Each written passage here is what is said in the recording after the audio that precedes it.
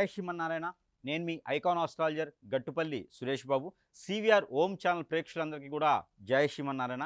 ఈరోజు మనము ప్రజలకి అవేర్నెస్ తీసుకురావడంలో ప్రయత్నం ఉన్నది, కానీ అది ఎంతవరకు ప్రయత్నం అనేది మీరు గమనించుకోవాలి.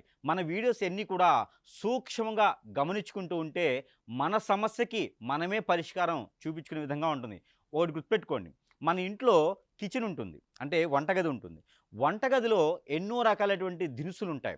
ఆ దినుసుల్లోనే మన వైద్య పరీక్షలు నిర్వహించుకునేందుకు మనకి ఏదన్నా ఆరోగ్యం సహరించట పోకపోతే ఆ మన ఇంట్లో ఉండేటువంటి ఏవైతే దినుసులు ఉన్నాయో వాటి ద్వారా కూడా వైద్యం చేసుకోవచ్చు.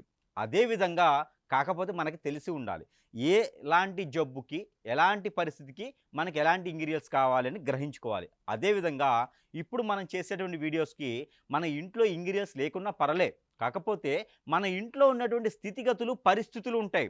మన పిల్లలు కావచ్చు, భార్య కావచ్చు, భర్త కావచ్చు, లేదా తల్లిదండ్రులు కావచ్చు, శ్రేయోభిలాషులు కావచ్చు, చుట్టాలు కావచ్చు, బంధువులు కావచ్చు, వీరందరికీ కూడా మనకి తెలిసి ఉంటే వారికి ఏదైనా సమస్య వచ్చినప్పుడా లేదా మన ఇంట్లోనే సమస్య వచ్చినప్పుడా దానికి విముక్తి పొందేందుకు పరిగెత్తకుండా, ఆరోగ్యం బాగాలేదు జ్వరం వచ్చిందంటే డాక్టర్ దగ్గర పరిగెత్తకూడదు. ఏంటి, మనకి నచ్చినటువంటి పారాసిటమాల్ వేసుకోవాలి, తగ్గకపోతే కదా డాక్టర్ దగ్గరికి వెళ్ళాలి. అట్లానే మనకి ఏదైనా చిన్న చిన్న సమస్యలు వచ్చా ఉన్నాయంటే ఇప్పుడు మీరు గ్రహించండి, బాగా పొద్దునుంచి తిరిగేసుండి జాబ్ కోసం ఆఫీస్లో ఉండి సాయంత్రానికి అనేజ్ అయిపోతారంటే మీరు తినకపోవటం వలన, నీరసం వచ్చి కాదు, దిష్టి దోషం వలన.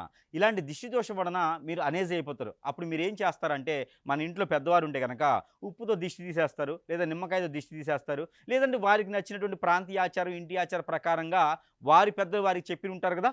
అదేవిధంగా పిల్లలకి ఈ దిష్టి తీసేయడంతో ఒక 10-15 నిమిషాల్లోనే మనం మళ్ళీ ఎనర్జీగా వస్తాం, ఇమ్యూనిటీ వచ్చేస్తుంది. మీరు ఎప్పుడైనా గమనించారా? ఇవన్నీ మూఢనమ్మకాలు కాదు, రియల్గా ప్రాక్టికల్గా ప్రతి ఇంట్లో కూడా మనం చేస్తూ ఉంటాం. అదేవిధంగా ఇంకొక అడుగు ముందుకు వేస్తే క్షుద్రం.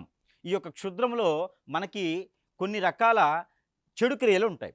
ఈ చెడు క్రియల్లో కొన్ని అధ్యయనంగా మనము మాట్లాడుకుంటూ ఇది 4వ అధ్యాయానికి వచ్చాం. ఈ 4వ అధ్యాయంలో ఈ చెడు క్రియల్లో కొన్ని ఎలా చేస్తారు, దేనికి చేస్తారు, ఈ చేయడం దానికి విముక్తి, దానికి విమోచనం ఏమైనా ఉంటుందా, చేసుకోవచ్చు అనే దానికి కొంత సూక్ష్మగా మన ప్రజలకు కూడా అర్థమయ్యే విధంగా అయితే ప్రయత్నం అయితే చేద్దాం.